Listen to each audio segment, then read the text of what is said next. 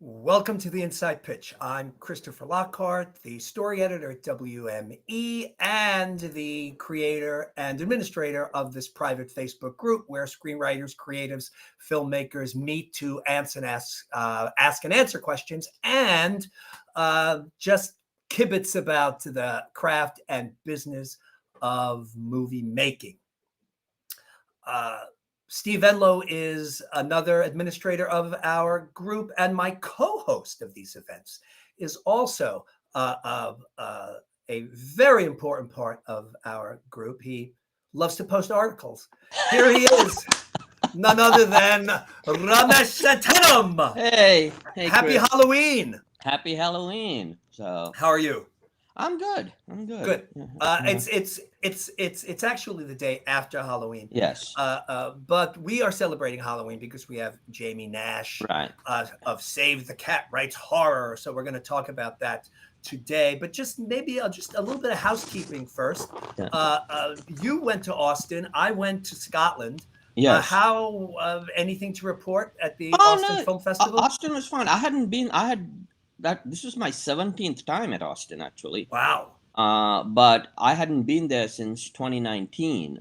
So it was fun to sort of reconnect with people. I got to see McHugh. I hadn't seen him in a long, long time. So that's Christopher McQuarrie for all of you plebes. Yeah. You can't call him McHugh. McHugh, yes, no. Got to see him. And we talked about AI, he and I. And then, yeah, it was a fun... It was, I guess they had more participants this year than ever before. Wow. Did you bump into any tippers there? Oh my God. Seriously. It's like everywhere. Like I'd be walking by and people standing in line. I'd just hear, Inside Pitch. You're a star. Ramesh, you're a star. No, like someone at a bar came up to me and said, "Are you Ramesh?" I'm like, "Yes." He's like, "That gentleman wants to buy you a drink." I was like, "Why?" Like, Ramesh, you are clearly the sex it's symbol like of it's like the it's inside like pitch. you're with the inside pitch, and I was like, "Okay." So, but yes, there were a Well, I lot of certainly hope you took advantage of the booze and the women, no, because no. there has to be some fringe benefit So to all of this. That's for no, sure. no. Well, I'm glad you had a good time. So, I went yeah, to how was the Scotland? Ignite the Spark Mm-hmm. retreat in Scotland, and it was their first retreat, and it was terrific. I mean, I was exhausted, but it was so much fun, and the writers were terrific, and it was really a great event. The venue where it was hosted was unbelievable. The food was fantastic. It was really a great experience. Yeah, So I had a really good time. Plus, I yeah. spent an extra week in Scotland and in Ireland. Right. So yeah, so it was really Did you have great. haggis? Uh, I did, kind of, yes, and blood pudding, sort of Yes. all that stuff, and yeah, I tried to be a good sport about it, Yeah. sure. Good. Uh, I'm a you know, vegetarian, so that won't. well, yeah, look, I would just prefer McDonald's, but when in Scotland, you got to do as the Scots do. So, Exactly. but at any rate, But it was great. I'm glad. So, but before we continue, hey, I'm sorry, I didn't mean to like cause such a hullabaloo with that post. By the way, Oh, come on, give me a break. Whatever. no, Listen, so, you know something? I got to take responsibility for the things that I say, and you know something? I fine. Maybe it seems arrogant or I come across as a dick, but you know something? That's the way I feel, and so, that's what this so, group is about. This group right, is about me sharing my experiences in the right. business, and that happens to be the way I feel. And So we don't sort of dance around the bush. We just we say don't. yes. We So don't. So, by the way, for those of you who are not members of the Inside Pitch, come and join the controversy on exactly, Facebook. the Uh, raging controversy. come. By the way, speaking of the Inside Pitch, there's a few people that I just want to give some shout outs to. Ian Shore. Yes, Ian, fantastic. Tell us what happened. He just sold his spec. Keanu Reeves has signed on to do his spec Shiva with, I guess, Warner Brothers is in talks, and Ian's not only a really good writer. I think I've pretty much read everything he's written so far, and he's just a good guy. He's a good He's human a member being, of the Inside Pitch, and and he's he's a done member. 2 live interviews with us. Right, and Right. so yes, great news with Ian. Yes, so congratulations, Ian. I also want to give a shout out to Bart Baker, whose film premieres tonight on Lifetime. I Yes. believe it's called His and Hers, Theirs. Yeah, something like yes. We want to get those pronouns right, Ramesh. I believe it's his, hers, theirs. At any rate, it's premiering tonight on Lifetime. So support Inside Pitcher Bart Baker's film. And it's called says, His, Hers, and Ours. Oh, his, hers, and ours. Okay. Right. Well, I kind of screwed it up, but I was close. I got it's today. 2/3 of it. It starring is correct. Taye Diggs and Amy Garcia. Right. And Leslie Ann Brand. Check that out. And Yeah. also a shout out to Hans Bauer, Yes. who is going to get credited in the new Anaconda film. Yes. Much needed too. Much deserved. I'm glad that worked out for him. Yes. So, all right. So we are moving away from Inside Pitch business, and we want to bring on our guest. So Ramesh, why don't you do the honors? So, okay. So today our guest is JAMIE Nash, who is the author of Save the Cat Writes Horror, Save the Cat Writes for TV, and Save the Cat Beat Sheet Workbook. He has written and sold almost every type of story under the sun, including the horror films Exists, VHS 2, The Night Watchman, Altered, and Lovely Molly, and the family films Santa Hunters and Tiny Christmas. He has written the middle grade novels Bunk and the 44 Rules of Amateur Sleuthing, and the sci-fi novel Nomad. JAMIE knows what it's like to make a living as a writer. When he's not writing and selling work, he teaches screenwriting at Johns Hopkins University and MICA, and hosts the podcast Writers Blockbusters. Jamie lives in Maryland with his wife and son and a talking dog. Jamie, welcome. Hey there. My dog's starting to talk. I'm trying to get rid of him. Yeah, So, he's ready to talk. Thank you so much. It's great being back. I'm trying to compete with Ian Shore. Yes. Well, now you're number 2. That didn't quite come out the way that I think I know the way you meant. I think I know. Good. More controversy. Yes, exactly. Yeah. By the way, speaking of controversy, let me just apologize in advance because the word horror, I have a difficult time with that word because of my New York accent. Me too. My son, so like if I'm going to say horror today, I apologize. I had to read the audiobook and it caused me a crisis because it's a hard word to say. I tend to say horror, but when I read the audiobook, I realized that everybody was going to give me comments. So I really worked on saying horror. Horror, yeah. And it sounds so dumb. It would That's keep the me up way at my night. son says it. Yeah. That's the way my son says it because he is born and bred here in LA, and he always makes fun of me every time I say, "Hey, let's watch a horror movie." He's like, "A horror movie?" Yeah, that's how I say it. Yeah. So I just can't say horror because it just sounds dumb. I went around asking locals here, how would you pronounce it? And when they heard me say the appropriate way, they said, that's not right. They didn't believe that was right. There we go. So, you know something? Today's show is specifically targeted to my brethren on the East Coast who love horror movies. That's right. All right. So, this is you are not unfamiliar to Save the Cat because you have penned other books. Blake Snyder kind of passed the baton to you. I mean, is that an exaggeration, or would that be fair to say? Well, he passed away before he passed the baton. So in years later, I think we probably talked about this before, but not that I don't mind retreading it. But if I bore you, just tell me to shut up. So when he was about to write Save the Cat, maybe 2 years before, he actually asked me to write a script with him. So we wrote a spec script back in like 2000. It's like 2002, 2003, somewhere in there. And when we wrote this spec script, he was using all these terms like fun and games and bad guys close in. And he was like, and me being kind of a newbie to spec screenwriting in Hollywood and all that stuff, I just thought that's how everybody in Hollywood talked. I just were like, now the fun and games section, now the bad guys close in. I just assumed it was like common jargon.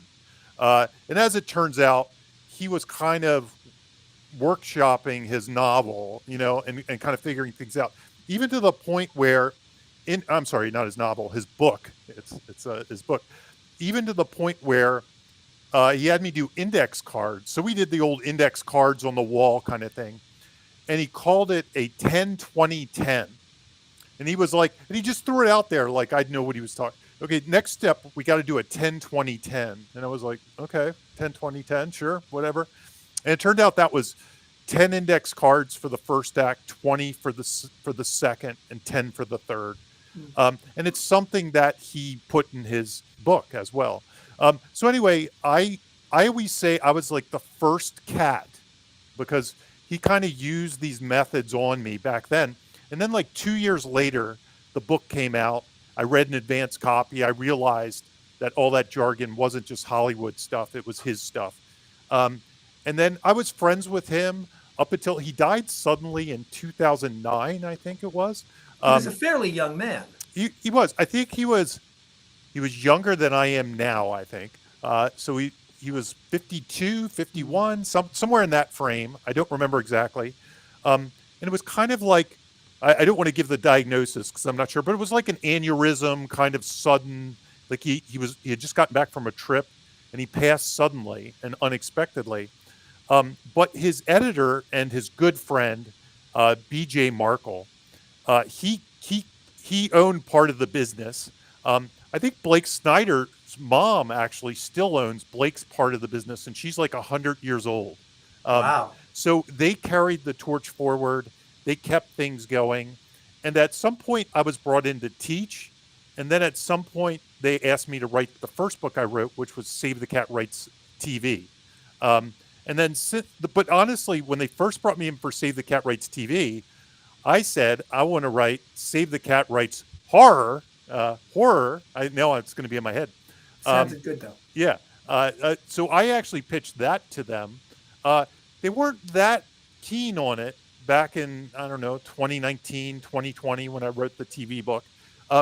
Mostly because I think they looked at a book for horror specifically as a niche on a niche, as like, oh, screenwriting books have this limited capacity. We've maxed out, any genre on top of that's going to have even more of a limited capacity. But I think I appropriately bullied them into it over the years. I had kind of secretly wrote it while they were, while we were doing other things. I kept adding to it. I kept coming up with new ideas and adding and adding. And one day I just sent it to them and I said, look, I wrote this book. I hope you'll publish it. Otherwise it's going to become a series of blog posts or something else. I'll have to. So you wrote it on spec. I kind of wrote it on spec. I was very passionate about it. I love the craft of writing. It's just something I've always been passionate. I'm a software engineer by trade, and something about repeatable processes always interests me. And even before AI was doing its AI thing, I was always kind of like, is there like methods or things like that, processes that we can kind of implement? And while I'm really not that didactic about it, if you look at my Save the Cat stuff, I much more see it as strategies and tools and suggestions. I don't see it as you must do this checklist in order for it to succeed. So anyway, I wrote it on spec, essentially. I sent it to them, and they, we're good friends. I'm in the family. Of course, when they saw it, they were like, no, this is too good. We'll definitely publish this. And a couple years later, now it has seen the light of day. So wow. Yeah. Well, congratulations on that. Thank you. And so horror it's obviously a very popular genre. It's also a genre where a lot of filmmakers get their start. It was the first film that I've ever produced was a horror film, and they can be made rather inexpensively. You don't need a star, and there always seems to be a place for them. So I think it's a good idea to write a book about horror. I mean, are there other books about how to write horror films? There are a handful of other books. I don't think any of them have, what's the word, kind of broken through. None of them have been like, if you said like, what's the book to write horror novels or horror screenplays, I don't think anybody could say, oh, Save the Cat or Robert McGee or anything like that. So and while there are many, and I'm sure they're good, I saw an opportunity because I don't think most of us could name the one that we all would agree on. It's kind of like when you make a movie and there's concepts out there, but nobody's nailed the space. It's kind of like, I feel the same way about writing horror films as well. Stephen King wrote a book on writing, but his isn't really about horror writing. It's about writing in general. And when I was a kid, this shows you how far back my process kind of interest goes. I read Dance Macabre, which was a book he wrote. And I was in the 1980s. In the 1980s. And which is a non-fiction book about horror. That's right. And I own that. I still have it on my shelf. I do too. And he also, there was another, it was like, I can't remember the name of this. It's a green book, orange, interviews with Stephen King. That had a lot of the same material, but it covered lots of things like, what did you think of Jack Nicholson in The Shining and things like that. So those books were heavy. I was heavily influenced by those books. And I even kind of paraphrase a piece of that book in Save the Cat Writes for Horror. So let me just if we can start at the basics, just a logline version or something of what is Save the Cat? Not even Save the Cat Writes Horror, but just what is Save the Cat? Yeah. And Save the Cat, I think, is really three things. So I'll kind of describe each of the three things really quickly. The thing most people know is the 15 beats. It's basically a beat sheet. It's an outline template of how to create a story. And it's been adapted at this point for, it started as features. Then it became it's a best-selling how to write a novel. The novel is almost as popular as the screenwriting book at this point. Jessica Brody wrote that. And it always beats my sales. Like, it's always way ahead. It's like in the 1 and 2 charts in the sales perennially. And then now TV as well. And it's an outline template that has 15 beats. And you can, just for me saying them, and I'll say a couple quickly: opening image, theme stated, setup, catalyst, break into two, fun and games, midpoint. It's just kind of an order of things that happen. It describes what goes into those beats. The book itself describes what goes into those beats. You could literally look up that template online, watch a couple YouTube videos, get the gist. Most people get it intuitively. You and I were talking before this, but it really is it's kind of a aggregate, or it takes all these sources before the hero's journey, 3-act structure, Sid Field, Largos, all these different things that he took, put his own wrinkle on, put his own little roll up your sleeves, it's easy to do kind of thing. And if you ever read Robert McGee, so when I was in the 90s, when I started screenwriting, I think I got my script sent to a WME. I guess it wasn't WME at the time. Would have been WMA, Hey, maybe? I wanted to say WMA, and then I was like, is that right? And I was like, it didn't sound right. And I remember they said, you need to read Robert McGee, right? And I was like, okay. So that was my first script. And I got the Robert McGee book this thick. And I'm still reading the Robert McGee book. It's like, by the way, he's coming out with the sequel, I've been told. He has like 4 sequels. Oh, he does? Yeah, he has. All right. I guess I'm a little behind the times, Ramesh. Oh, good. Story 2. He has character, dialogue, action. He has all these books. He kind of brought on a co-writer to write them. And if you ever read that, it's a great book, but it almost is like he's showing you how smart he is. Like, to me, there's a lot of masturbation in that book. It is, and I understand his performance of it, which still sells out, is great fun to watch and things like that. But I think Blake Snyder he kind of took a book like that and then rolled up his sleeve and he said, look, this is easy. We can all do this. I'm going to talk kind of like we're sitting in a conversation. And so a lot of it's similar stuff, but just different. So anyway, that's part 1, the beat sheet. Part 2 is the genres, which we'll get into more when we talk about Save the Cat Writes Horror.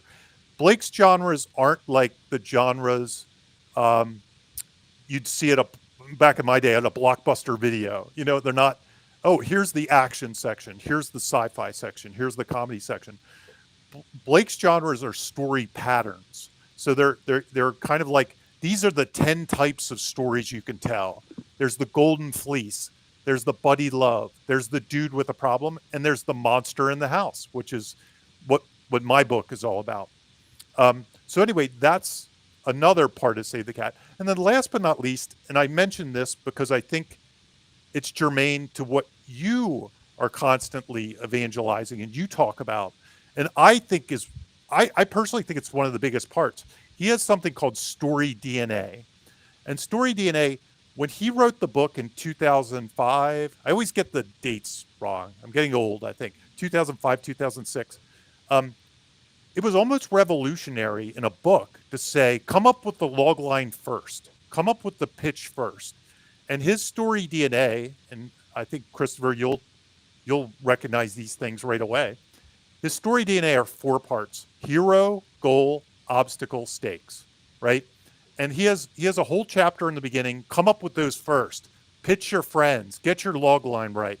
He has other ways to create your log line, make it ironic, make it fun, make it all that stuff.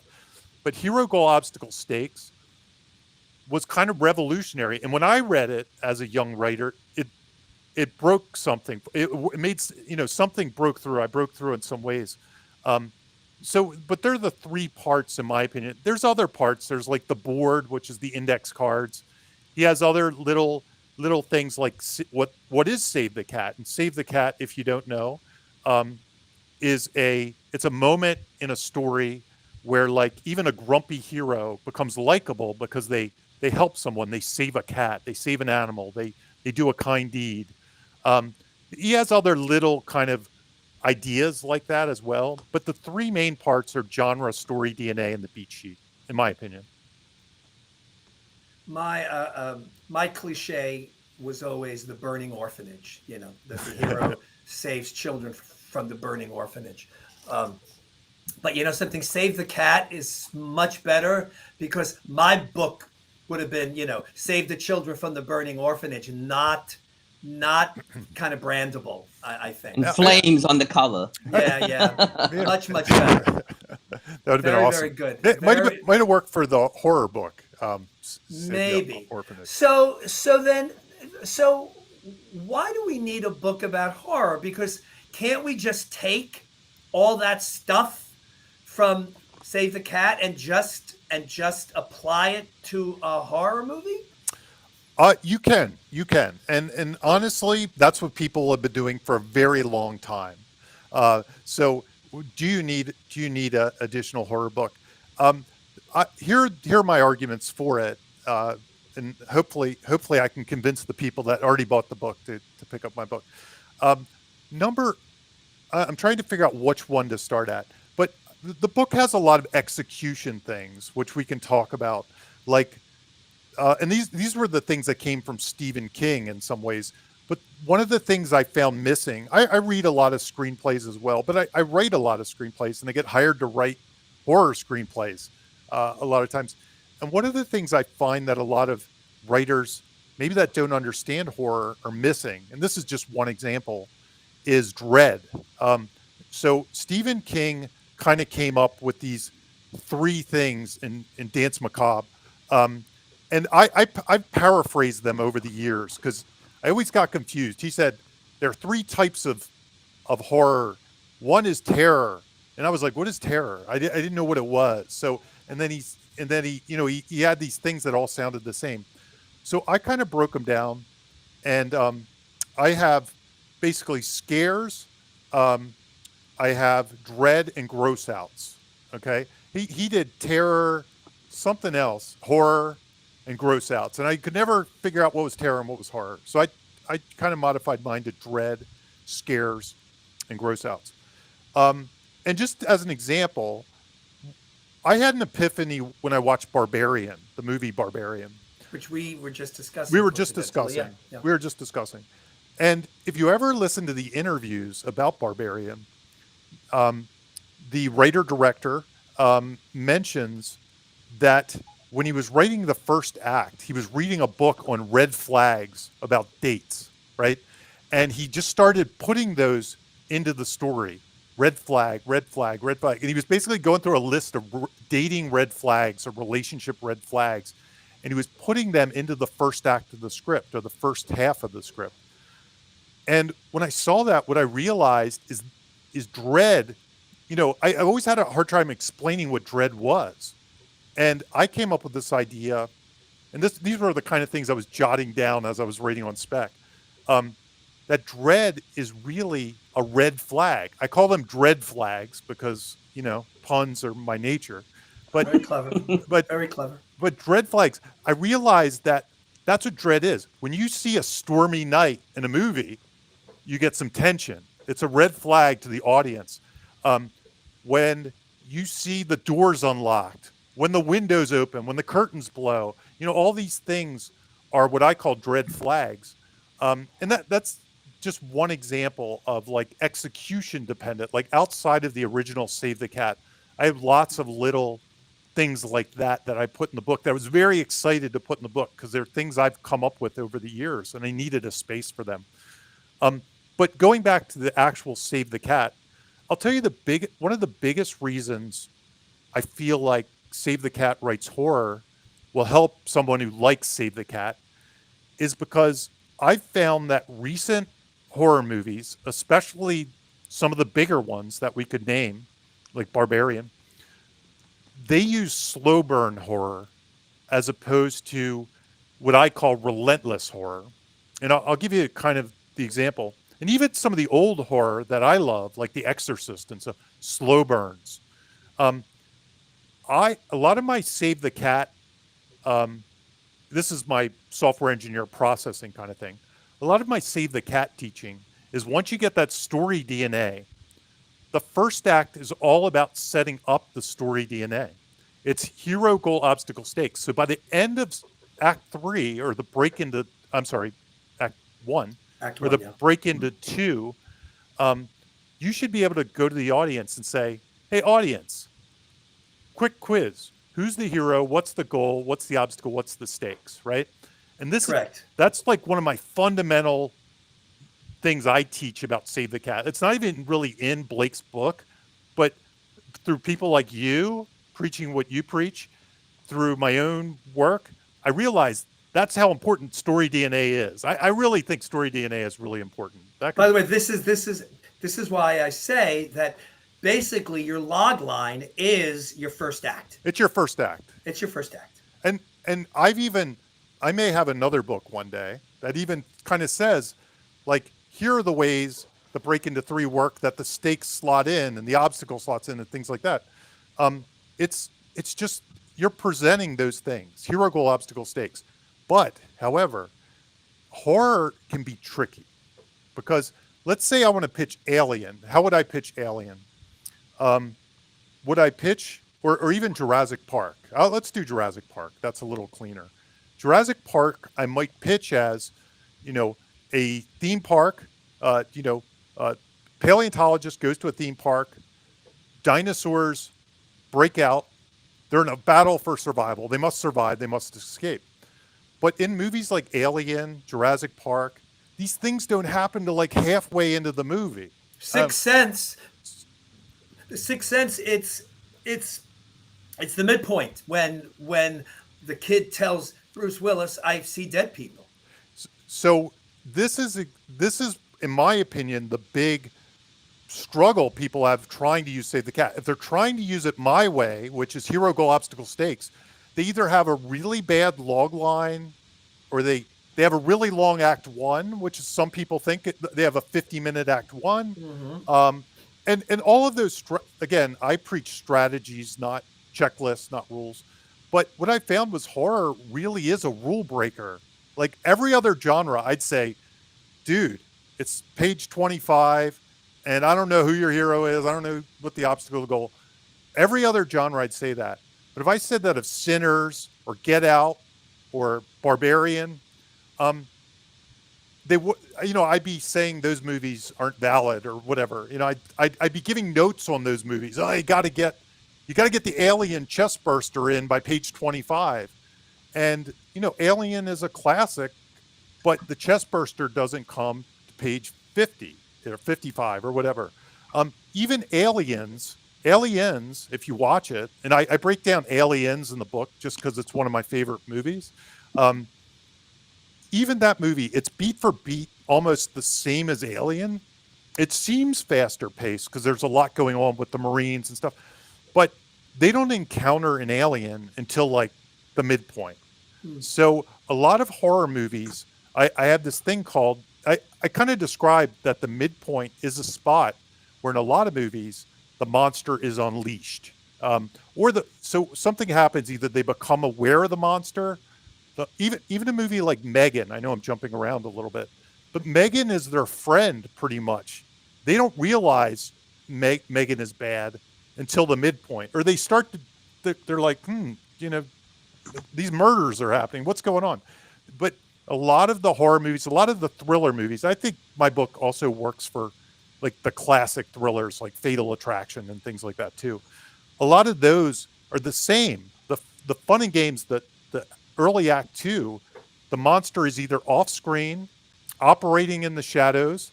A movie like Halloween, maybe you're getting kills in the shadows, maybe you're getting POV in the shadows, but the babysitter isn't even aware of what's going on. She's just babysitting, right. So anyway, my book tackles a lot of these aspects of horror that I think are very unique. They're not necessarily unique to horror, but they're very common in horror, and they're common in commercial horror movies. Whereas, the other places you see these things are like indie dramas or something that people write, or very independent movies.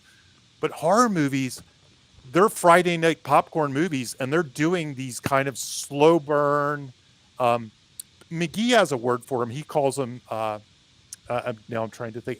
Anti-plot. He's got arch plot. No, not anti-plot. Mini plot. He has a mini plot.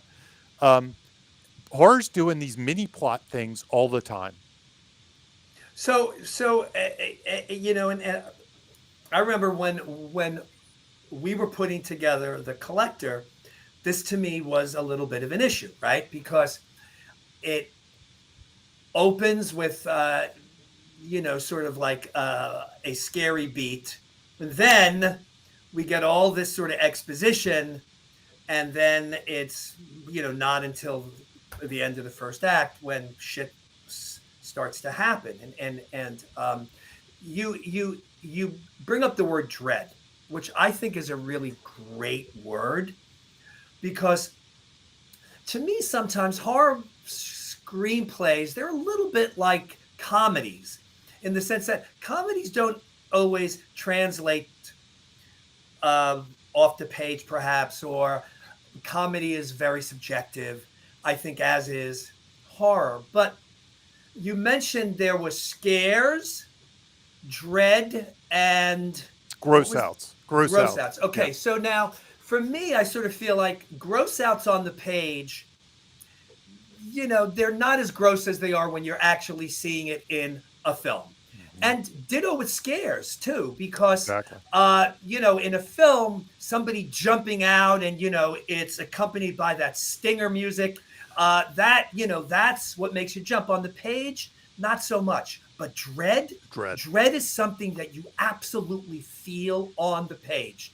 And that is something I think that is so important, that in a horror movie, in a screenplay, that's what we absolutely have to feel. We have to feel that dread. It's a word that I use a lot.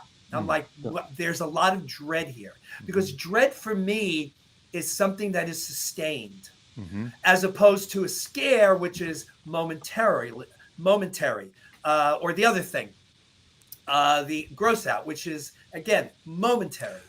But dread is often sustained, and it makes you feel uncomfortable or uneasy.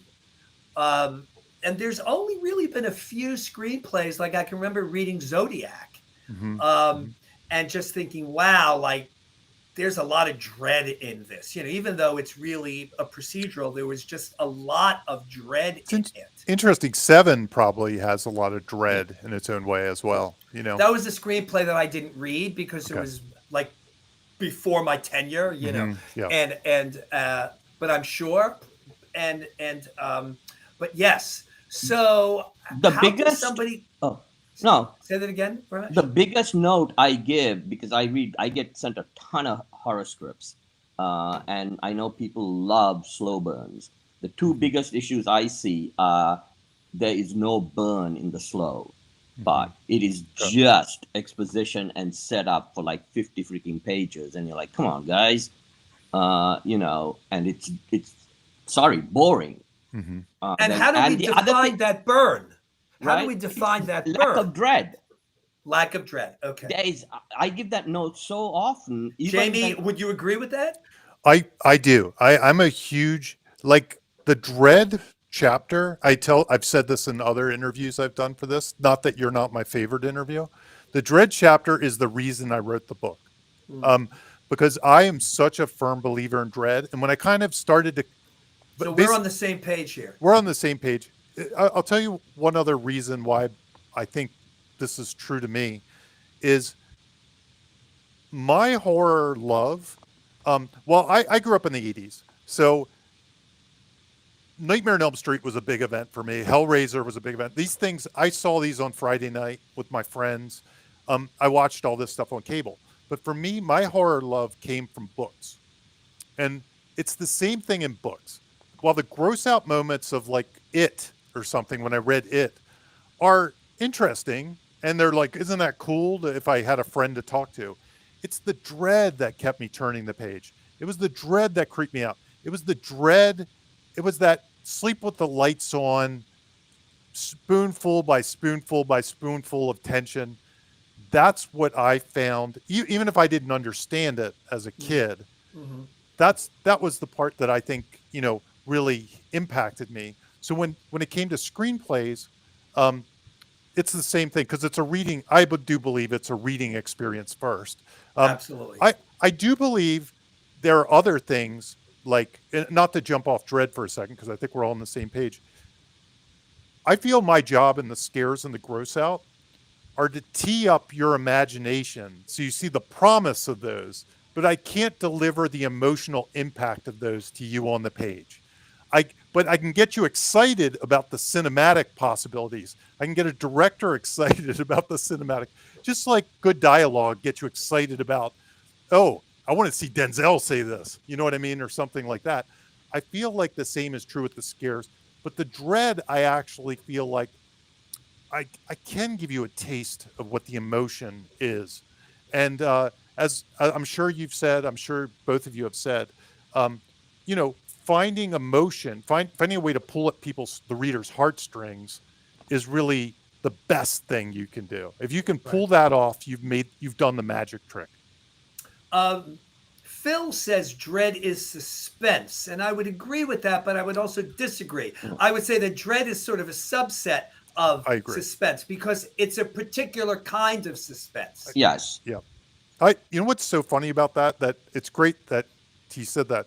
I was literally rehearsing in my mind. So I said, somebody's going to say that today and they did. Um, I think, again, I think I lump it all together. I think exactly what you said. I think it's a subset. The two are subsets of each other. Suspense is generally thought of as when you know the horrible outcome, I think, and you keep you keep inching towards it, or you keep teasing the horrible outcome. So it's the classic Hitchcock bomb under the table scenario.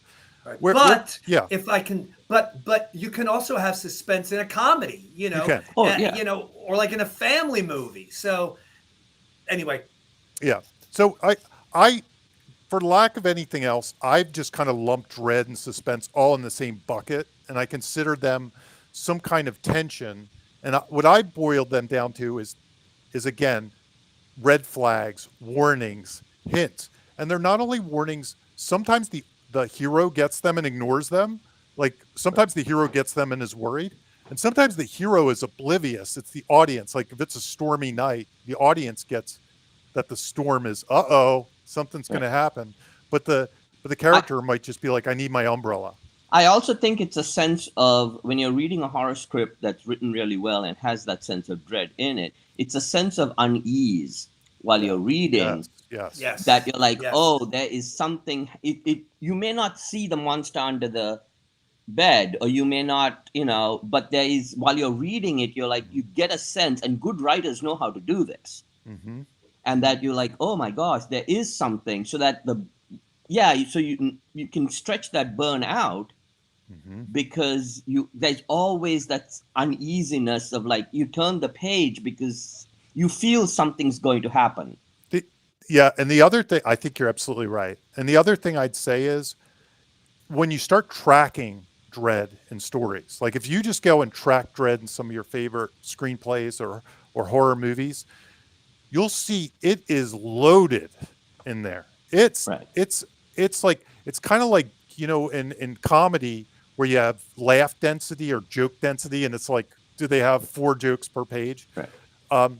Dread tends to be, if you start tracking it, if you took my list of dread, and I list like 50 different ways you can add dread to your script or story. I don't know what the number is, and there's probably 1,000. Can you give us 5 of them? It's funny. The last time I did this, I had to open the book up, but I can give you ones off the top of my head. They just might not match. So there are all kinds of things, from like the phones going out, stuff like that. Like if you have something bad, there are cinematic ones. The cinematic ones don't work as well in screenplays, but like holding shots for a long time and things like that are cinematic ones. But even when you go to like something found footagey, like let's say a character's watching a TV screen, something weird's going to happen. power failures can be one.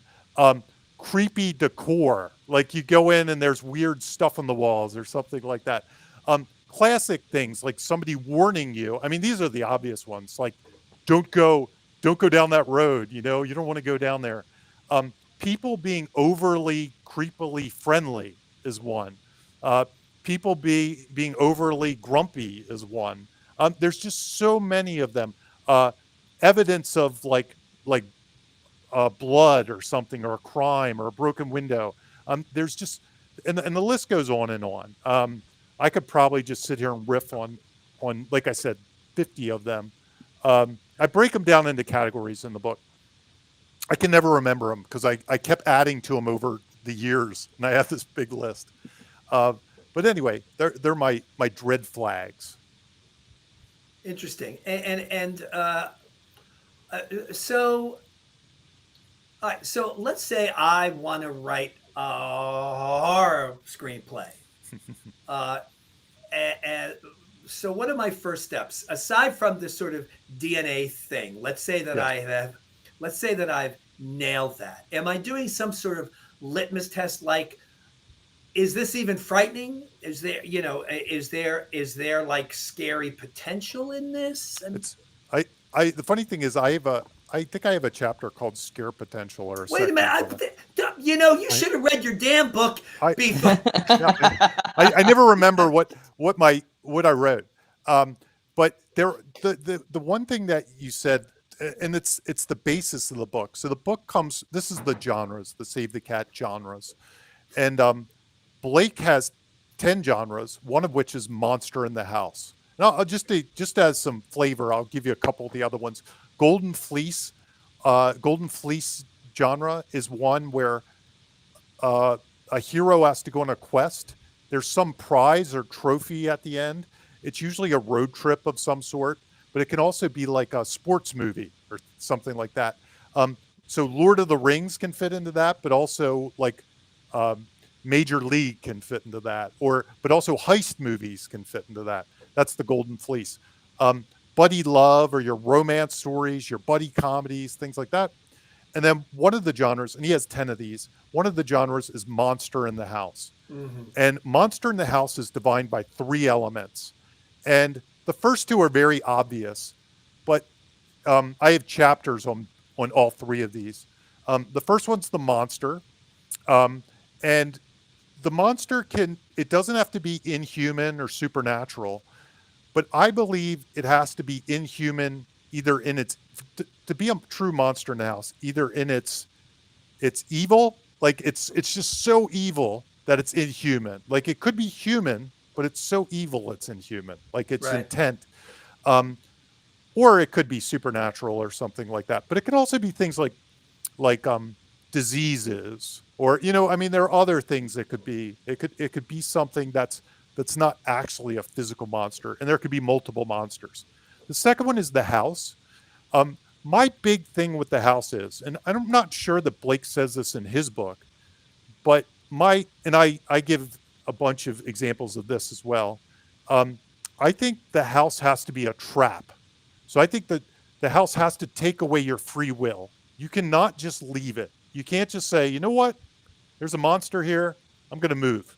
There has to be some kind of trap. So I recommend that when you're coming up with these 3 elements and you come up with your house, you come up with why it's a trap. Why they just can't leave. And again, this house can be the body, the mind, but it can also be a haunted house. It can also be an abandoned island. And in some cases, like let's say Dawn of the Dead, it's the whole world is the house, because the whole world is inhabited by monsters. But they're also in a shopping mall. In that particular one, they're in a shopping mall. And in the first one, they're in a house. They're in a house. They're truly trapped in a house. Yeah. They're absolutely trapped. Yeah. But there are movies like, maybe let's say World War Z, for example, where the monsters are everywhere. So that's kind of the trap, is you can't move because the monsters are there too. Quiet Place might be like that. But again, Quiet Place, they end up on a farm or whatever they're at. So that's the house. But the third one was the one, as a young horror writer, when I read, elevated my game from being kind of a lame horror writer to at least a little bit lamer horror writer, and that was the sin, the sin. So Blake describes the sin as being some kind of, you know, true sin that brings about the monster. It can either bring them, and the way I describe it is the sin can either bring the monster to life. It can allow the monster to thrive sometimes, or it can put the heroes in harm's way of the monster, like the sin. And the sin does not need to be committed by the heroes. It could be committed by, like Godzilla, for example, is brought about by nuclear war. The heroes don't necessarily do that, they don't test a nuclear bomb, but they suffer the ramifications of it. And I think as a kid who used to read EC comics and things like that, I think there's a certain karmic equation in horror movies that if a sin is committed, and maybe it goes back to my Catholic background, that if a sin is committed, it's a sacrifice, basically needs to happen to even it out. So we know that if something horrible happened, it could put the innocent people in harm's way. And it was the sin part, like I said, to me, that went from me writing these kind of one-dimensional, themeless horror movies that were just slasher movies or something like that might have even had some kind of theme accidentally I stumbled into.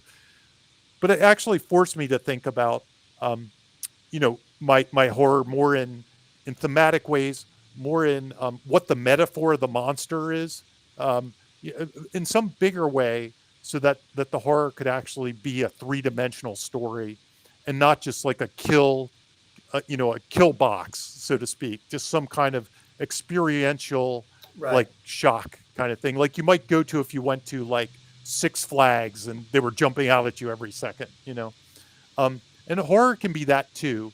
But I think it could actually, you can make great stories and great stories about our time and and humanity, once you bring in like the element of the sin. Interesting. So I like these elements of the monster in the house. I think it sort of helps to crystallize if that's the sort of story that you want to write. But there are and we probably could look at a lot of films and in the horror genre, and they really are kind of monster in the houses. I mean, would you say like the majority of them are monster in the houses? Like, I add one more element that I'll talk about in a second, but I say all of them pretty much are monster in houses. Now, I'm sure we could find some movie that doesn't have a sin or something somewhere that just sure, of course, is kind of a thing. But I think all the big ones, the sin is the one you have to noodle over. Like they're all going to be monsters and traps, in my opinion. Here's the last element I kind of brought to it. So, and this is another reason that started to urge me to write the book. I started to noodle around, are all horror movies monster in the house movies? I started to noodle that in my head.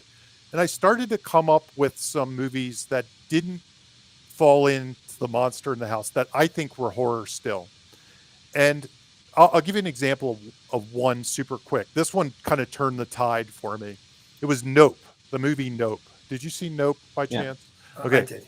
So Nope is a horror movie. I mean, it's a horror movie. The reason Nope is tricky is that they're not trapped in the house. They want to be in the house. They're trying to get a picture of the monster. So through the first two acts, they want to get the Oprah shot and become famous. Like they want to pay off the farm. They want to do. You could say they're trapped because they want to buy the farm and it's the father's farm and stuff, but they're not really trapped. Right. Like they could leave. And I started to debate, like, does this break the monster in the house element? And there were some other movies that were similar to that, but the one element I noticed, some of this is related to that slow burn thing, right? It's like it just keeps pushing it back. what I noticed was there's one more element that all horror movies have. And I really can't think of any that break this, though maybe some of the listeners, viewers can. Um, and it's they all devolve into a battle for survival in the end. So by Act 3, all horror movies, there's some life or death battle for survival that happens at the end. Um, they turn in, even if there isn't a trap in the beginning, there's a trap in the end. Um, that something like that happens. And if there's not a trap in the end, I debate whether they're really a horror movie or there's something else with horror flavor. Like, like Hotel Transylvania has horror characters, but it's not a horror movie or something. Underworld isn't a horror movie, in my opinion. Blade isn't a horror movie, in my opinion. But they have vampires. So anyway, I think those three elements plus it's somewhere at some point, either whether it's midpoint or Act 3, it becomes a battle for survival. That's my additional element. All right, so can you sort of sum all that up for us, just so we can see it clearly? Sure. Just kind of list those elements again. You don't have to define them again. Just No, absolutely. So the three classic elements are monster, house, and the sin that brings the monster or lets it thrive. And last but not least, I believe somewhere in your story, whether it's break into 2, midpoint, or Act 3, the story becomes a hero battling for survival against the monster in some ways. Right. All right. Yeah. That makes sense to me. That is absolutely an archetypal approach to it, and I think it works. I look at the Collector, the movie that I produced, and it falls right into that exactly. It's just sort of almost just like connect the dots in that respect. But there are subgenres. Yes, I mean there are other kinds of horror movies. Can you talk about any of those? There are definitely subgenres.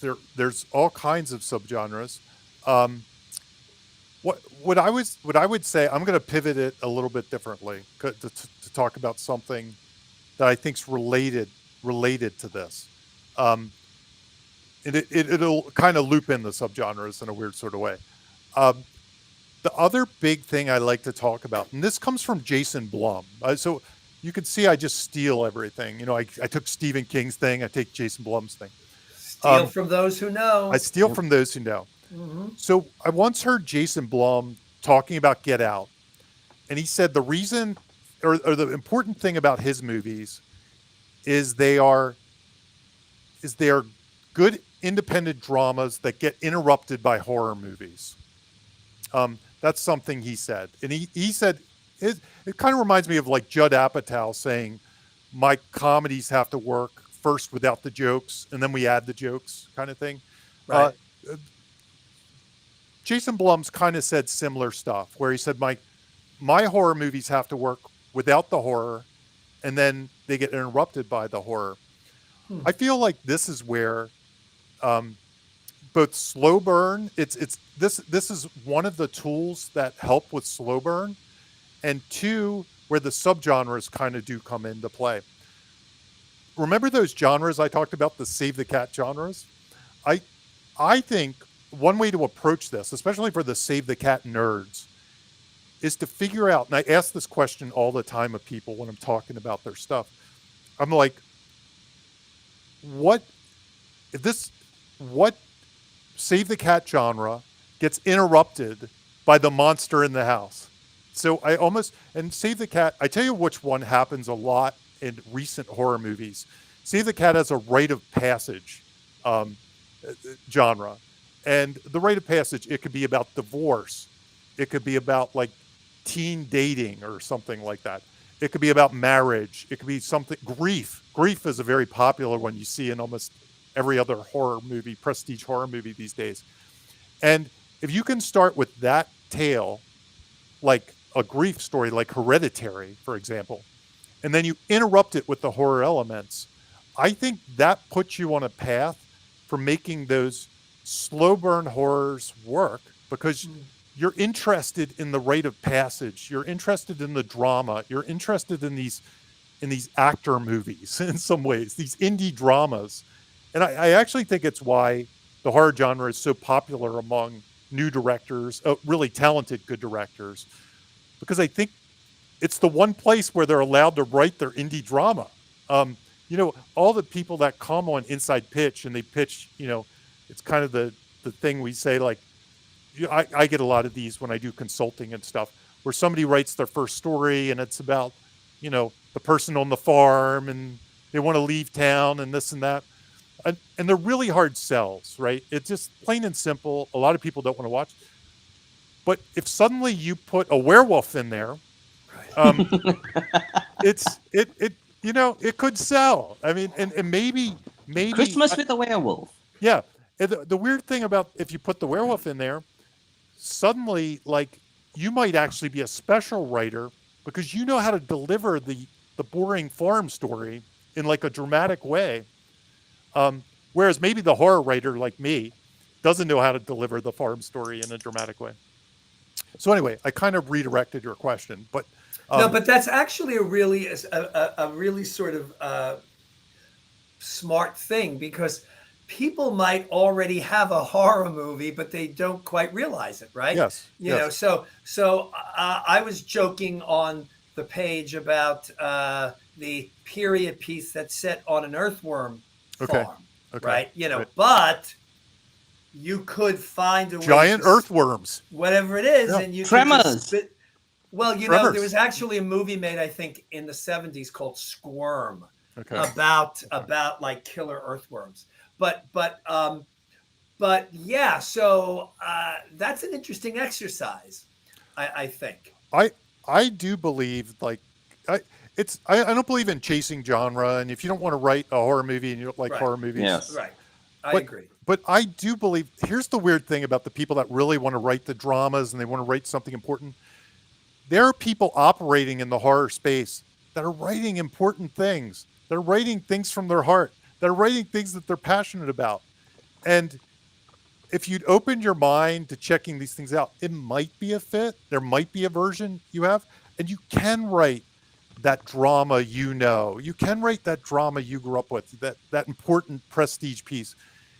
You might just need a genre element in it, because the genre movies need those elements too. You know what I mean? Like, the two go, it's kind of like when people look at Save the Cat and they're like, well, I'm more interested in character. Totally. But character needs structure needs character. They both need each other. So if you're an expert in character, you still need the structure. But I feel the same way about, like, if you want to write the important indie drama, the genre piece needs the indie drama too. Like, the two are people don't realize that it's the same sometimes, that their skills, the things they love, will translate if they can find the match. And they have to find the match, and they have to be comfortable with the match. But if they open themselves up, maybe they'd be surprised that the match is actually there. Maybe they'd like some of these movies when they see what they're really about. Yeah, I have friends of mine who are like, I don't like horror. I'm like, so what are you writing? I'm writing a horror. I'm like, yeah, well, because it's not going to show up on the page. Trust me.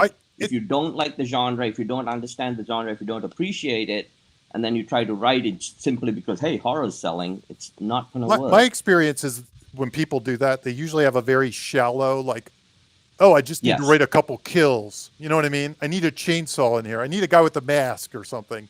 And they write it almost with disdain, or maybe it's not disdain, but it's almost like that first draft look. Like, they have that's my one fear about, people that just kind of dabble. But I think if somebody wanted to write horror and never has, I think they could take a look at, like, I Saw the TV Glow or something like that. They could watch some certain movies and maybe see just how much of a spectrum the horror genre is, and then maybe start from a place of their own fears and anxieties and things like that. and maybe build those up, as opposed to being like, oh, I guess I need a clown with a machete, or something like that. Right. Yeah, I think Phil wanted to know what is the indie movie that gets interrupted by the horror. I think you were talking about Get Out. That's the indie movie that gets Yeah, I would interrupted. say Get Out is Guess Who's Coming to Dinner, modern day, Right. And it gets interrupted by a horror movie. I Right. think that one's pretty clear. Yeah. I like And that, Jamie. I like that a someone said lot. emotional connection. No, not that. Sorry. In horror films, music often sets the tone for fear. But do you think it serves the script, or is it the other way around? I'm not sure. The music. Music. Well, the music can't serve the script when Right. the movie hasn't been produced yet. Yeah. Yeah. So this is why something like Dread is so important. Right. I think that's what a lot of it's very tough. I have not yet read well, I take it back. Hans Bauer's script, which Hans Bauer script he sent me scared me. But I have rarely, if ever, read a horror script that has scared me on the page. I would agree with you. I would agree. But again, Dread, Right. Dread is Exactly. still. And by the way, if I'm feeling dread through the whole thing, then it works. It absolutely, and I think that's where a lot of aspiring writers fail, is that there is no sense of dread. There's this sort of slowness that goes around, and then it's set up for 60 pages, and then the last 10, 15, it's like, ooh. I read a horror screenplay that was based on a Reddit short story. I mentioned it on the page, just somewhere. I'm probably not really at liberty to share the title, so I won't here. But that was something that I read, and even though it was a little bit like unwieldy and kind of a little bit like all over the place, there was so much fucking dread in that script that when I was done, I was definitely wowed by it, just because of that dread. Strangely enough, novelists can be scary on the page. Yeah. They can, but also they have a larger tapestry in which to create that, where screenwriters don't. Right. And so so it really becomes much, much trickier. How do you feel about high concept in horror? Is that something that it's funny, because I was always, as a screenwriter, I was always a high concept guy. Like, if you see my pitches, they're all high concepts. And when I hit horror, it was much more difficult, like, to come up with a high concept. Like, there is something like Final Destination, or there's certain high concepts, I guess, that do work. And some of those are the much more commercial kind of horror movies. But I find horror pitches and horror, and this is just my opinion, I think it's more about, it's something I used to read Terry Rossio's site, and he used to call it, what is it? Mental real estate. It's like, I wrote a Bigfoot movie, and Bigfoot is not a high concept at all. In fact, we found out that Bigfoot was not commercial at all. That's what we were told by some studios. But my take on Bigfoot was, I grew up with Bigfoot stories and stuff. Again, 70s and In Search Of and things like that. $6 Million Man. I didn't think that space had been claimed yet. You know what I mean? Like it's kind of like we said about Save the Cat. Like, what's the definitive Bigfoot movie? And you could go back to Boggy Creek in the 1970s, but there really wasn't anything else. I feel the same way about horror. It's almost more important to chase, like, what the mental real estate is. Like, is there something you can stake, no pun intended? No, sometimes when you get involved with vampires or zombies, you need a new twist. You need the new thing on the old thing. Right. Happy Death Day is a good example. Yeah. It's like, we've seen a slasher movie. What can we do? Oh, Groundhog Day meets, Scream. But yeah, that's my take on that. I think when you go to the old tried and true, if you're going to do Frankenstein, vampire, zombies, slasher, you probably need this meets this, or the new twist. But otherwise, I suggest chasing mental real estate, whatever that is. Like, whatever the the new haunted house thing they haven't done, or the evil they haven't done, or something. I feel like there are opportunities for that to be had. I should say this though, the one this meets this that you can do, what's the indie drama that meets the old horror movie? It kind of works. Guess Who's Coming to Dinner meets whatever, Mad Science. I think that is kind of a high concept in its own weird sort of way. I agree. Absolutely agree. Ramesh, how are we doing with questions from the? There are not a lot of questions. A lot of just listing a whole bunch of movies. This is and my plight. I answer all my questions before they. So I I talk too much. The other thing too is one thing I see in a lot of scripts I read is that, what would you say are the best ways to make horror stand out on the page? Yeah, to instill dread and to, oftentimes I find like you have even if there's no sense of dread, you're not putting your protagonist through anything.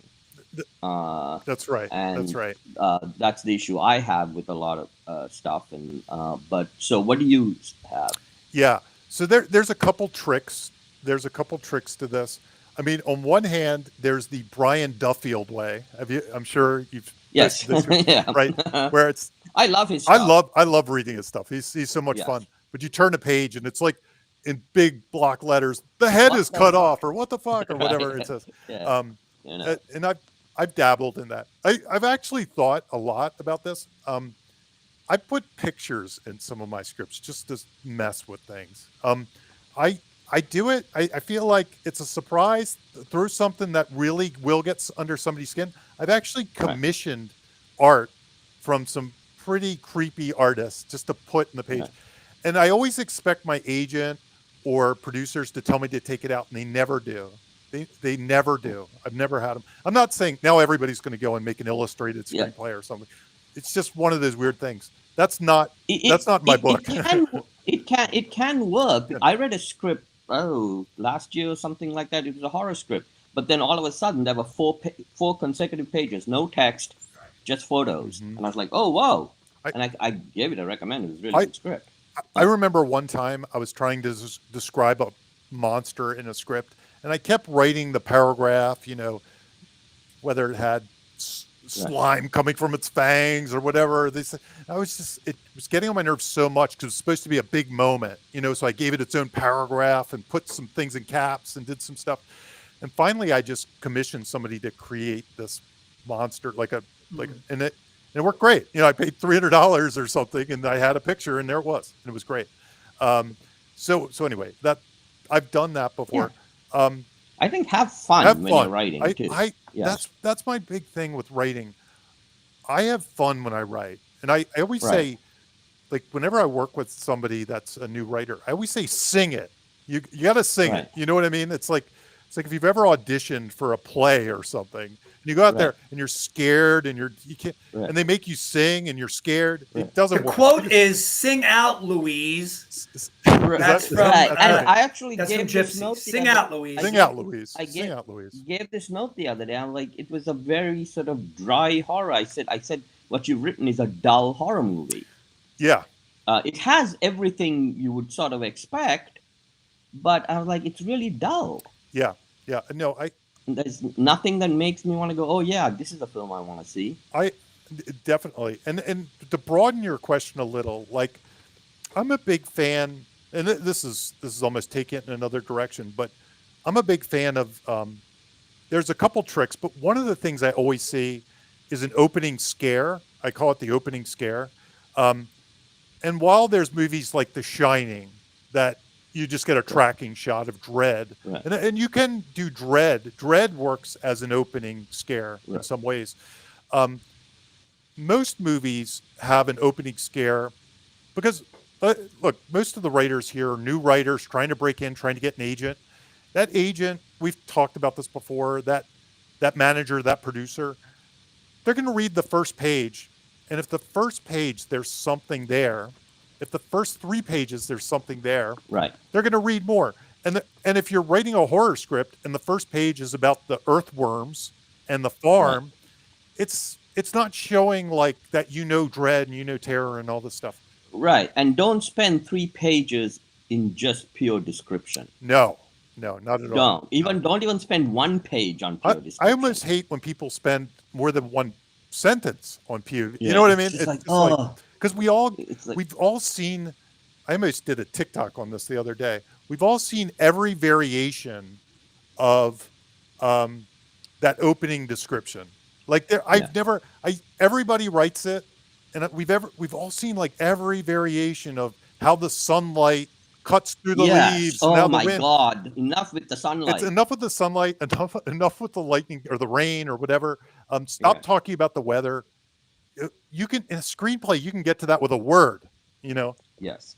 Thunderstorm or whatever. I mean, you literally could do that. Exactly. I don't need the curtains slightly parting with the sunlight. Not at all. So the couple examples of opening scares that I kind of give in the book that a lot of people use, and there's one that I find really interesting. Some are more obvious. First kills are common, like Jaws. Think of Jaws as kind of the first kill. The origin of the horror is one like the puzzle box in Hellraiser. Or something like that. Yeah. Like the backstory, or at least, or like a piece of the backstory. Yes, exactly. There's the one though I see in horror movies the one I don't like, but that some great horror movies have. I do Don't Breathe in my book. I break down Don't Breathe, and it does the flash forward. I'm not a fan of the flash forward. I always feel like that's a cop out. I feel like it's a cop out. I think the reason a lot of newer writers do the flash forward is because this whole thing of start with a bang. Yes. And so they put that in and cut to 3 weeks 3 later. weeks earlier. 3 weeks earlier. We'll get to this at the All Is Lost. Yeah. Right, exactly. Right. And I think, and I always say, come up with a strong opening right now. Yeah. And you're a writer. That's your freaking job. And there are great movies. Like Sinners has a flash forward in the beginning right now. Don't Breathe has, I use Don't Breathe as I thought Don't Breathe was very effective. Yes, I didn't like it, but you're right. It does. Don't Breathe does something with their flash forward that leaves you a lot of questions, because it's like, I guess it's not a spoiler since it's the first second of the scene, but it's like, is the hero dead? So it does plant that question. Right. Interestingly, the recent Evil Dead did it. Evil Dead Rises. I haven't seen. I've not seen that one. Maybe I'm wrong. So the one though that I see a lot of horror movies doing, and if you're writing a horror movie and you're like, I don't want to do a flash forward, the origin doesn't make sense. The one a lot of horror movies use these days, and I think it's great, is the horror before the horror. I had to say horror twice. That's really difficult. So what that one is it's the one you see like in Midsommar. You see it in The Descent. It usually speaks to the character's arc. It's the trauma that they face that will set up the character arc. It's not like the monster. It might be a car accident like in Megan, or there's a horrible suicide in Midsommar, but it shows your horror chops as a writer in the first 2 or 3 pages, and it does some lifting for the character arc later on, or the sin that brings about the monster.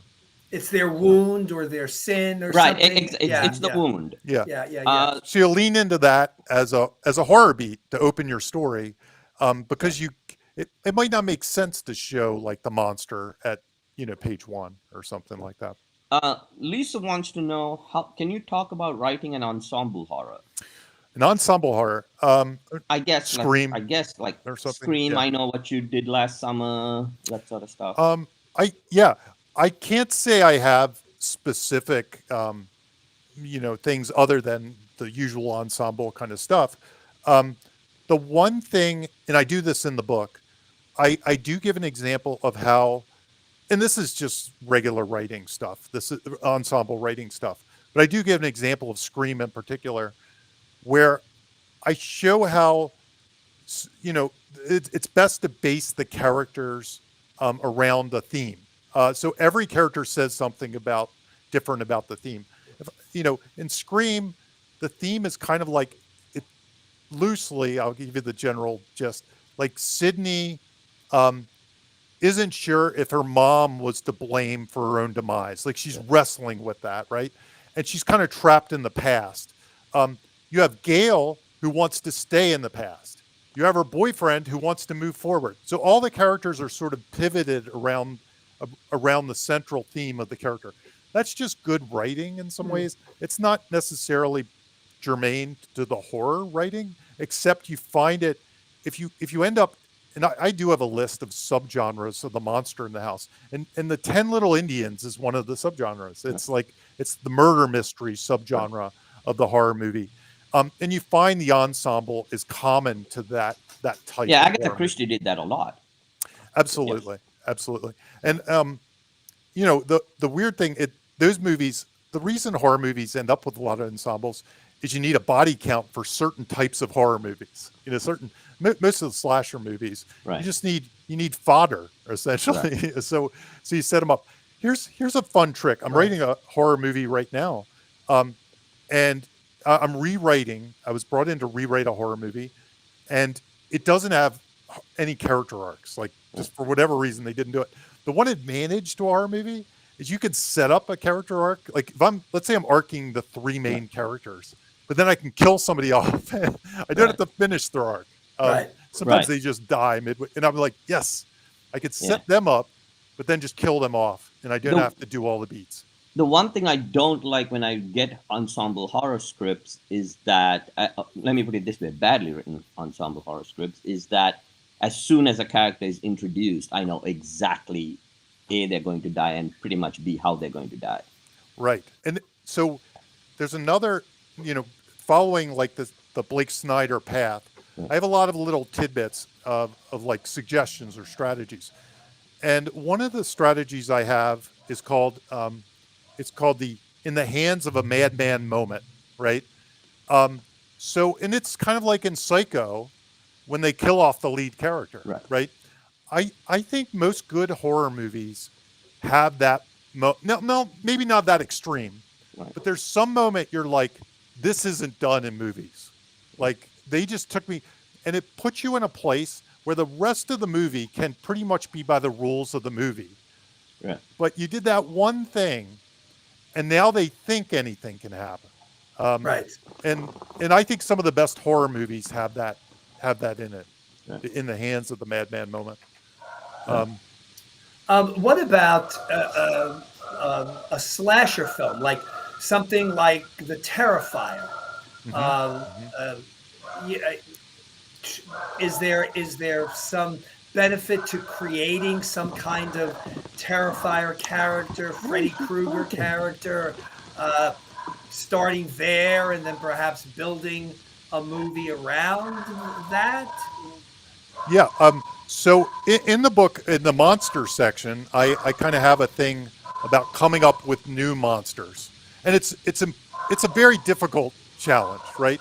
Even the Terrifier character, at the end of the day, he's a clown. He's a killer clown.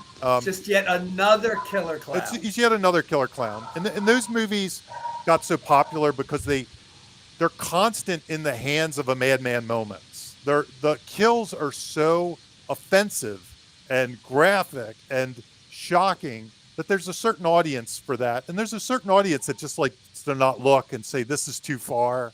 And I mean, that I think that this isn't a review of the Terrifier movies, but I think that's the charm of those movies in some ways, if you want to say. You use that term loosely. I yes, exactly.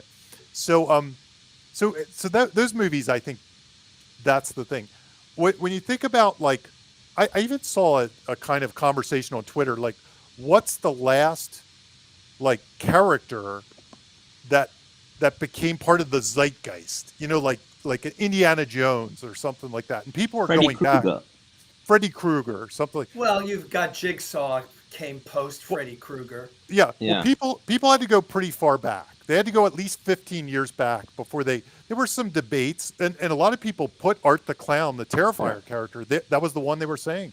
But this wasn't even for horror. Like, it was kind of going back to Captain Jack Sparrow in some ways.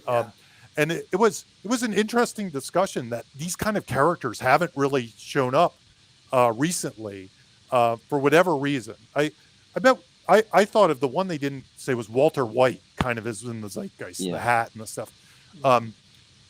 but anyway, I think that there is a challenge to doing that for sure. In the book, I have a whole section about building your monsters.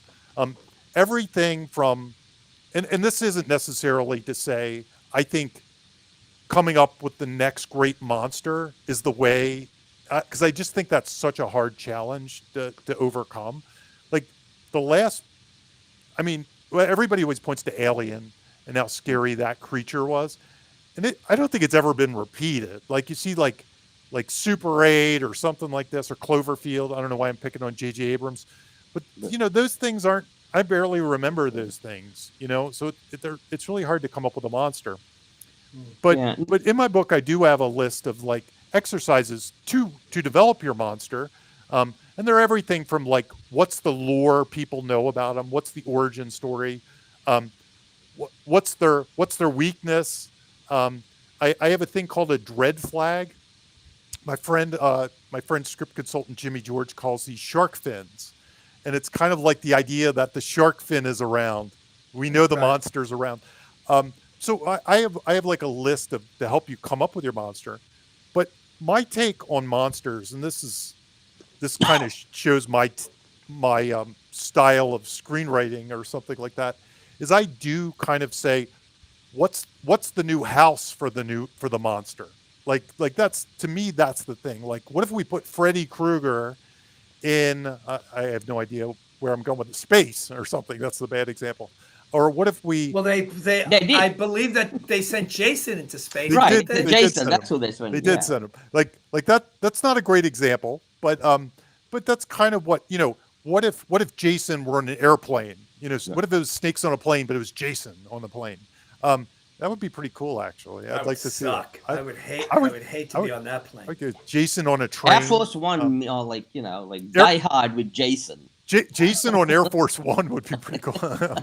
I love these movies, but Let's not get political. I think Oh putting no, these. I like the Harrison Ford film. Yeah, we'll put Harrison Ford on there to fight it. Sure. It'll be a mashup of the two instead of Right, Freddy versus Jason. exactly. The But get out of my plane scene would be cool. it would be awesome. And we can put Samuel L. Jackson on there too. Right. So I think more mashing up those kind of things is a way to come up with the high concepts. It's like how do you repurpose the monsters of old? Like that's where I would start if I was going to try to come up with a monster first kind of story. Yeah. Is figuring out what's new about the monster, how you could Right. change him. Somebody's asking a question about literary horror. If I can. Yeah, it's just what do you Get think there. about literary horror adaptations? I mean, it's Dracula. It's Yeah, I like 'em. Frankenstein. Yeah, Del Toro has Frankenstein coming out. Yep. Oh.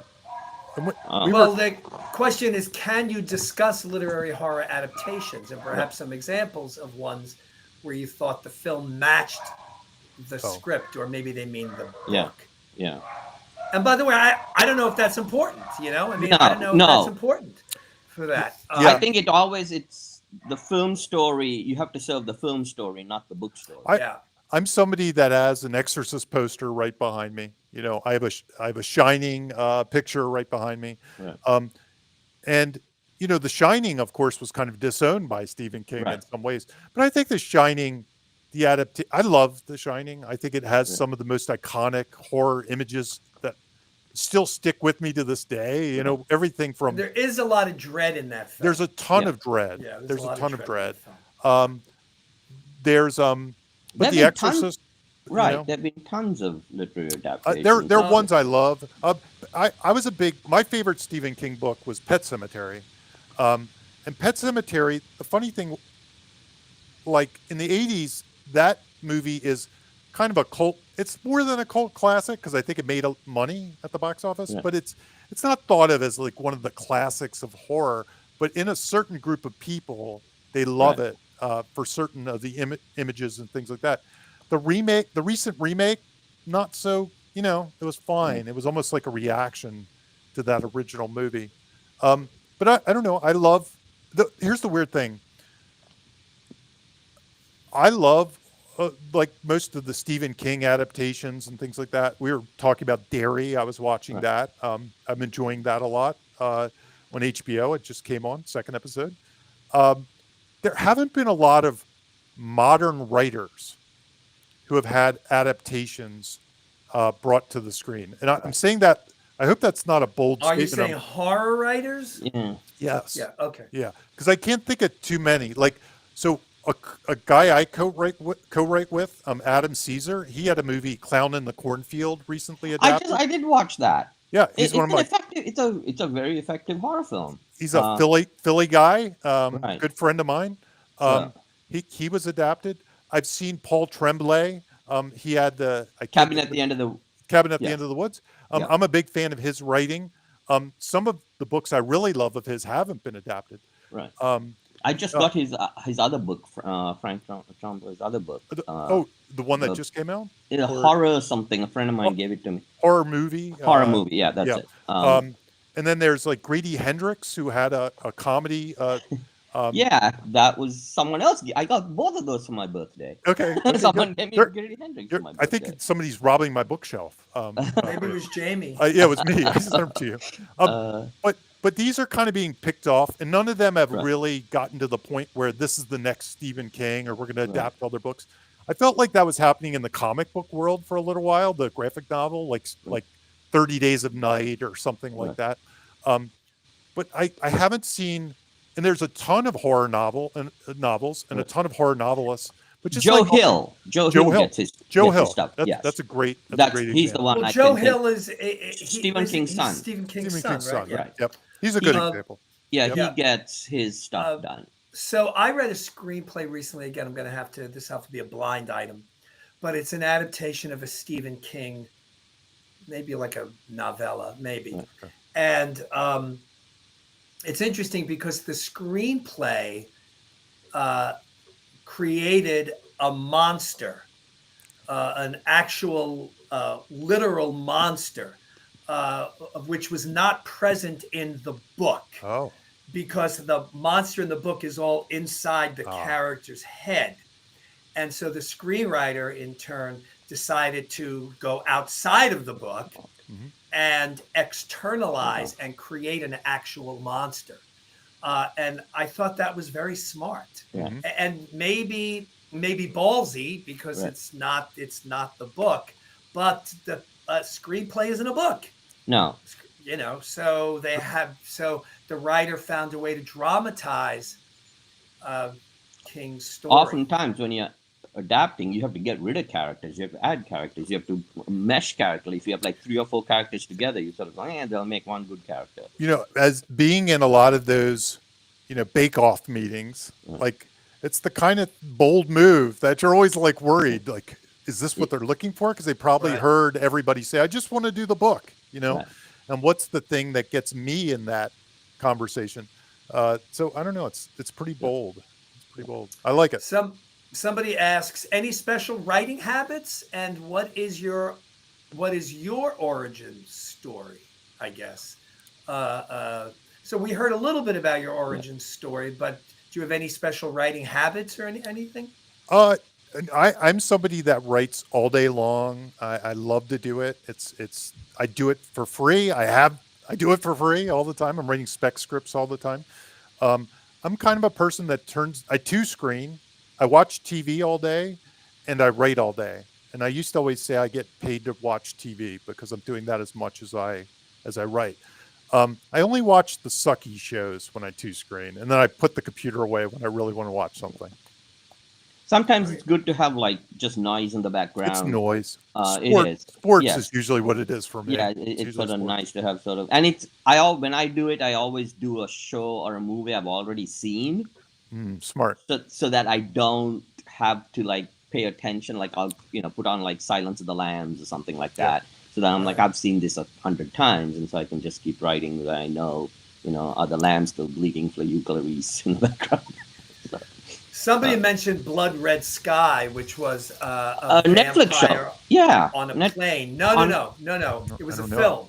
It was a film. Yeah, but I want to say it was a German film. Yeah, it wound up on Netflix. Made for Netflix? Yeah. All right, yeah. I don't know if it wound up, but it wound up on it. That's where I saw it. Okay, yeah, and I actually watched that on an airplane. I loved it. Again, sort of a good way to say, okay, like we've seen a million vampires Right. before. How about we put one that's loose on an airplane? Oh Just, yeah. just a way to sort of come Put up with But sort of. put vampires and snakes on a plane, and the vampires are scared of snakes.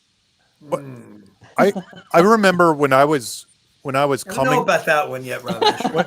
when I I'm was just throwing. yeah, Hey, right. trust me, someone will write that. Oh, you're right. You're right.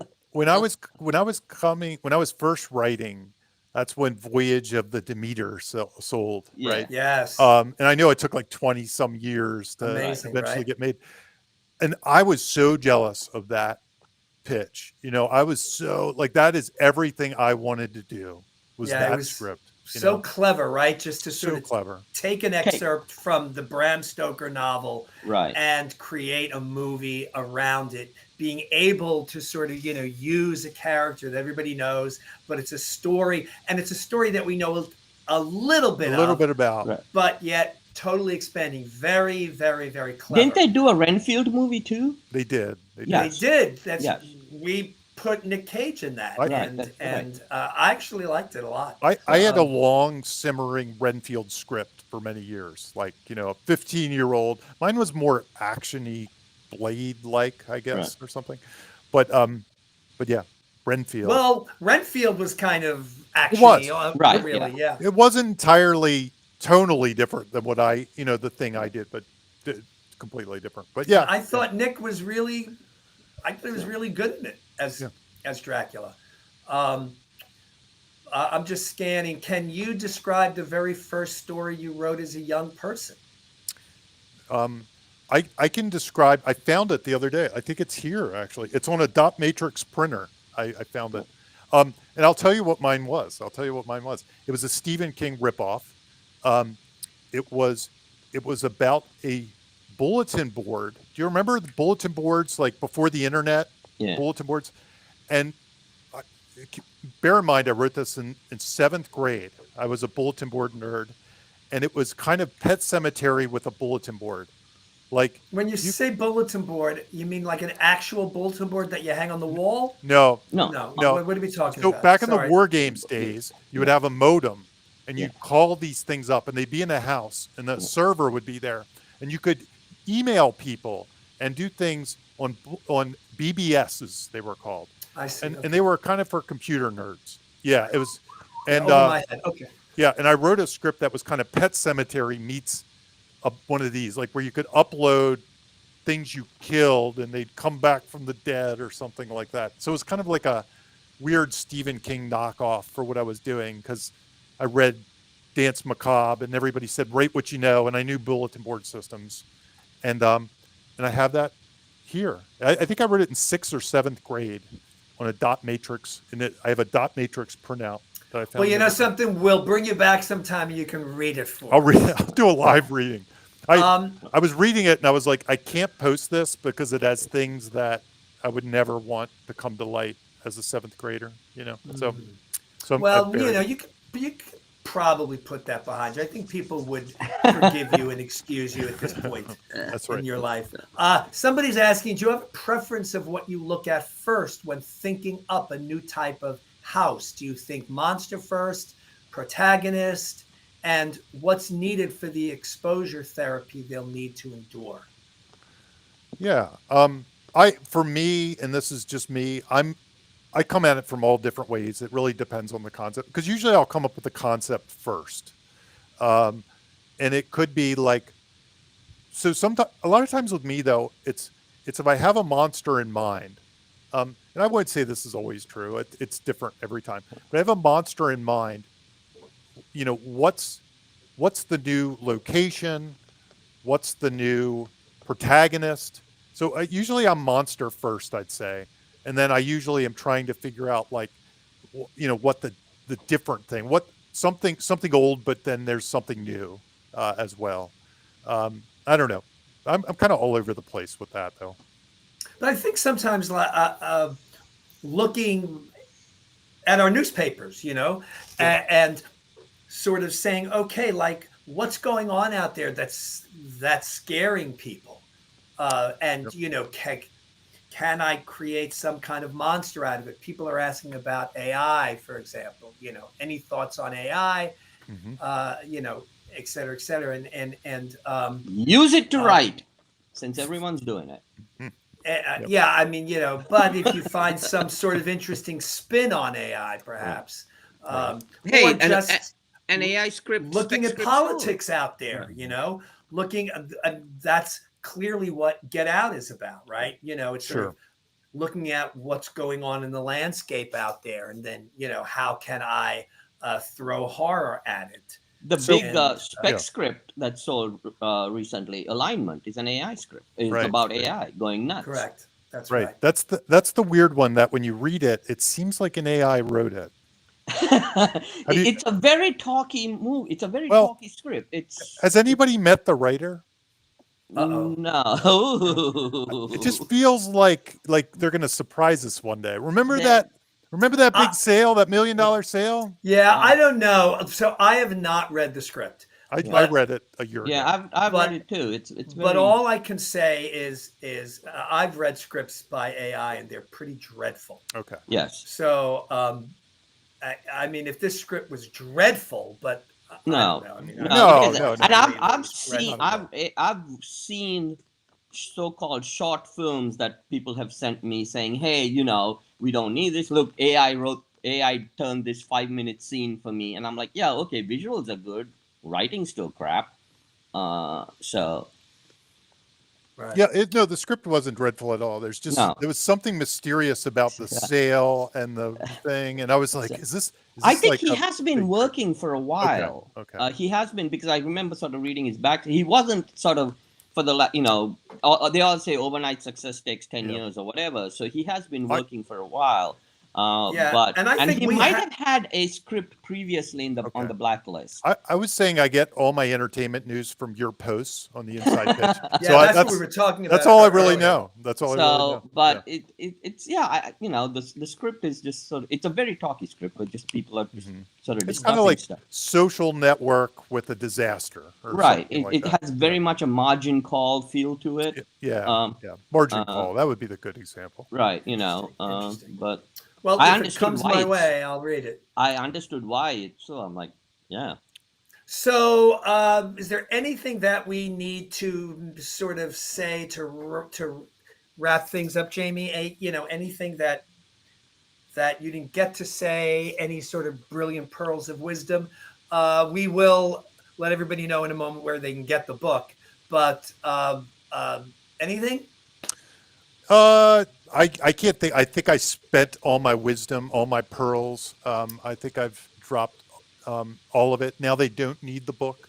No, they do. They still need it because I couldn't remember it. I've never read the book myself, so I couldn't remember all the little pearls of wisdom. I know. And by the way, you didn't send us a book, so I couldn't read it. That's true. Come on. I know. You need a better PR person. We took offense. And I never I just would have skimmed it. I would have skimmed it anyway, to be honest. But honestly, my only hope was that I got 2 sales from you two, but even that. I see. But I'm a cheap bastard, I expect a free autographed copy, for God's sakes. Okay. Yeah, and Ramesh, I don't think they're coming. I think Jamie's cheaper than we are, which is very difficult. That's tough. Yeah. The book margins these days are very low. Very small. Very small. All right, so where do they get the book? Yes, they can get the book anywhere you buy books. It's in a lot of Barnes and Nobles and stuff like that too. But Amazon is the place most people go. Someone's asking, is there a discount code? No, there's no discount code. Sorry, Jerome, you got to spend the $15. What is it? The last I checked, though, this week, it was 7% off on Amazon. So you can get 7% off on Amazon. What a bargain. And is there an audiobook for it? There is indeed an audiobook. If you want to listen to me for it is me reading for 6 straight hours. And people haven't complained too much. So I read my last book as well. Have either of you ever read a book? I guess maybe you haven't. That is a hard job. I don't recommend it necessarily.